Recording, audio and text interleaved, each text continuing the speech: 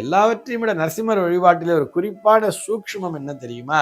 இறைமூர்த்தங்கள், இறை சக்தி எப்பொழுதுமே இந்த ஜாதி வேறுபாடெல்லாம் எதுவுமே பார்க்கறது இல்லை. இதுல குறிப்பா நம்ம புரிஞ்சுக்க வேண்டியது என்னன்னா, பிறப்பின் அடிப்படையிலே வழிபாட்டினை பிரித்து பார்க்க வேண்டியதில்லை என்கின்ற அந்த சூக்ஷ்மத்தை இந்த நரசிம்ம வழிபாட்டின் மூலமாக புரிந்து கொள்ளலாம். ஏன்னு சொன்னா, பிரகலாதன் என்பவன் ஒரு அசுரனுக்கு பிறந்தவன் தானே, அசுர குலத்திலே தோன்றியவன். அவன் எந்த குலத்திலே தோன்றியவன் என்பதை இறைவன் பார்க்கவில்லை. இவன் அசுர குலத்திலே தோன்றியிருக்கிறான், இவனுக்கு நாம் அனுகிரகம் செய்யக்கூடாது என்பது இறைவனினுடைய நோக்கமே அல்ல. அவன் அசுர குலத்திலே தோன்றி இருந்தாலும் கூட அவன் தன் மீது வைத்திருக்கக்கூடிய அந்த பக்திக்கு மெச்சி அவனை காத்தார் அல்லவா?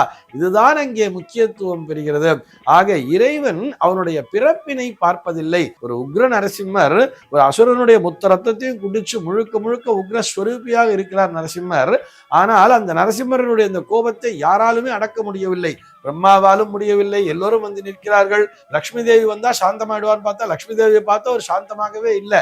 யாரை முன்னிறுத்தினார் பிரம்மான்னு சொல்லி பார்த்தோம்னா, அந்த பிரகலாதன் என்கின்ற அந்த குழந்தையை முன்னிறுத்துகிறார். அந்த குழந்தை விஷ்ணுவை பார்த்து ஆராதனை செய்கிறது. அந்த குழந்தையினுடைய பக்திக்கு மெச்சி தன்னுடைய கோபங்களை அனைத்தையும் துறந்து அப்படியே சாந்த ஸ்வரூபமாக மாறி அந்த குழந்தையை அப்படியே அள்ளி தன்னுடைய மடியிலே வைத்துக் கொள்கிறார் அல்லவா?